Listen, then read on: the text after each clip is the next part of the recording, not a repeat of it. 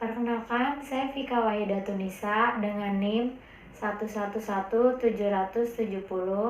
akan menjelaskan materi tentang translasi laporan keuangan perusahaan afiliasi asing.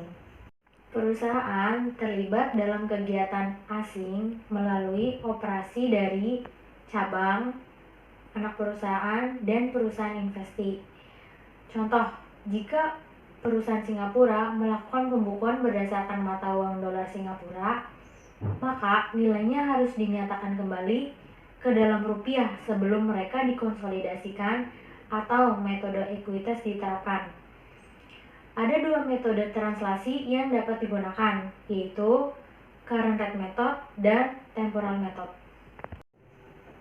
Pada current rate method, semua aset dan liabilitas ditranslasikan menggunakan kurs saat ini atau current rate.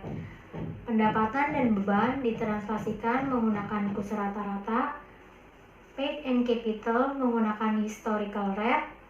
Beginning RE menggunakan kurs ending balance tahun terakhir.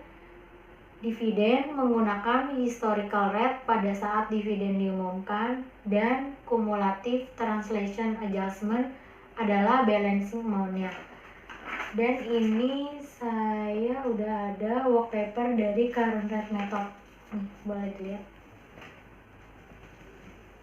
Nah, di sini semua aset dan liabilitas ditranslasikan menggunakan current rate, pendapatan dan beban menggunakan kurs rata-rata, paid and capital menggunakan historical rate, beginning RE menggunakan kurs ending balance tahun terakhir, dividen menggunakan historical rate pada saat dividen diumumkan, cumulative translation adjustment adalah balancing amount-nya.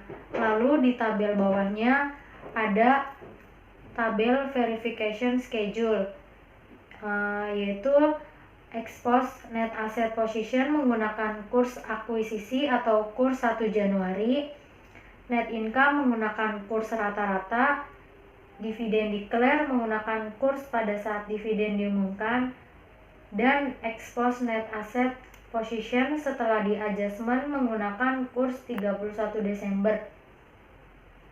Pada temporal method, monetary asset dan liability ditranslasikan menggunakan current rate. Aset dan liabilities yang dicatat pada historical cost ditranslasikan menggunakan historical rate. Aset dan liabilities yang dicatat pada current value ditranslasikan menggunakan current rate. Lalu pendapatan dan beban yang berkaitan dengan aset dan liabilitas ditranslasikan menggunakan historical rate. Pendapatan dan beban lain ditranslasikan menggunakan kurs pada saat terjadinya transaksi. Ini saya juga ada contoh work paper dari temporal method. Nah, di situ juga ada verification schedule-nya. Expose net monetary liability position menggunakan kurs akuisisi atau 1 Januari. Cash and receivable from sales, purchase, other expense, dan income taxes menggunakan kurs rata-rata. Dividen declare menggunakan kurs pada saat dividen diumumkan. Expose net monetary liability position setelah reinsurement menggunakan kurs 31 Desember. Ada dua istilah dalam translasi laporan keuangan mata uang asing, yaitu reinsurement atau pengukuran kembali adalah proses menerjemahkan akun entitas asing ke dalam mata uang fungsionalnya ketika dinyatakan dalam mata uang lain.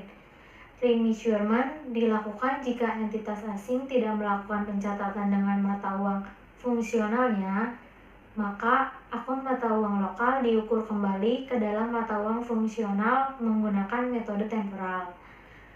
Dan ada translation atau terjemahan digunakan ketika akun yang diukur dalam mata uang fungsional diterjemahkan ke dalam mata uang pelaporan menggunakan metode kurs saat ini atau current rate method. Sekian penjelasan saya mengenai transaksi laporan keuangan perusahaan afiliasi asing.